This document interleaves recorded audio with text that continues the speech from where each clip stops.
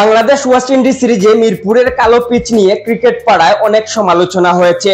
সেই কালো পিচেই সিরিজ নির্ধারণী তৃতীয় ওয়ানডে ম্যাচে বাংলাদেশ শুরুতে ব্যাট করে ৮ উইকেটে ২৯৬ রান করে জবাব দিতে নামা ওয়েস্ট ইন্ডিজ শুরুতে নাসুম আহমেদের তুপে পড়ে। এরপর তানভীর রিশাদের ঘূর্ণিতে ১১৭ রানে অল আউট হয়েছে তারা। বাংলাদেশ ১৭৯ রানের বিশাল ব্যবধানে জিতে ২-১ ব্যবধানে ১.৫ বছর পর ওয়ানডে সিরিজ জিতেছে।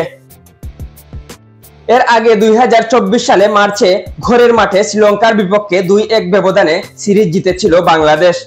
এরপর আফগানিস্তান ওয়েস্ট ইন্ডিজের পর শ্রীলঙ্কার বিপক্ষে সিরিজ হেরেছে বাংলাদেশ। সর্বশেষ আফগানিস্তানের বিপক্ষে হোয়াইট ওয়াশ হয়ে ফিরেছিল মেহেদী মিরাজের দল।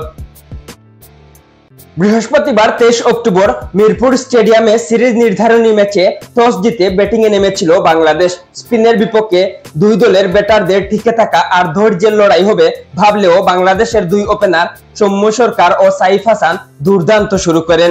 তারা প্রথমে ১৩ ম্যাচ পর ওয়ানডেতে ওপেনিং জুটিতে ৫০ রানের জুটি গড়েন। প্রায় ৩ বছর পর ওপেনিংয়ে ১৭ রানের জুটি এনে দেন।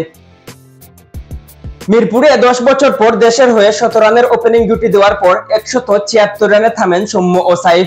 এর মধ্যে ওয়ানডে ক্যারিয়ারের প্রথম 50 পাওয়া সাইফ ৭২ বলে ৮০ রান করে আউট হন। ৬টি করে ৪ ও ছক্কা মারেন তিনি।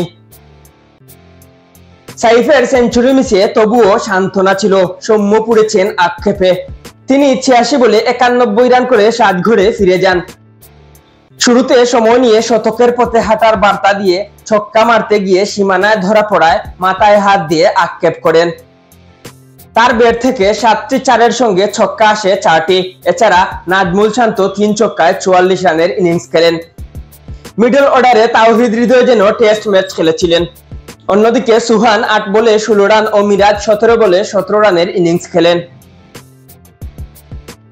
জবাব দিতে নামা ওয়েস্ট ইন্ডিজ নাসুম আহমেদ, রিশাদ হোসেন ও তানভীর ইসলামের ঘূর্ণিতে কোনো কুল কিনারা করতে পারেনি।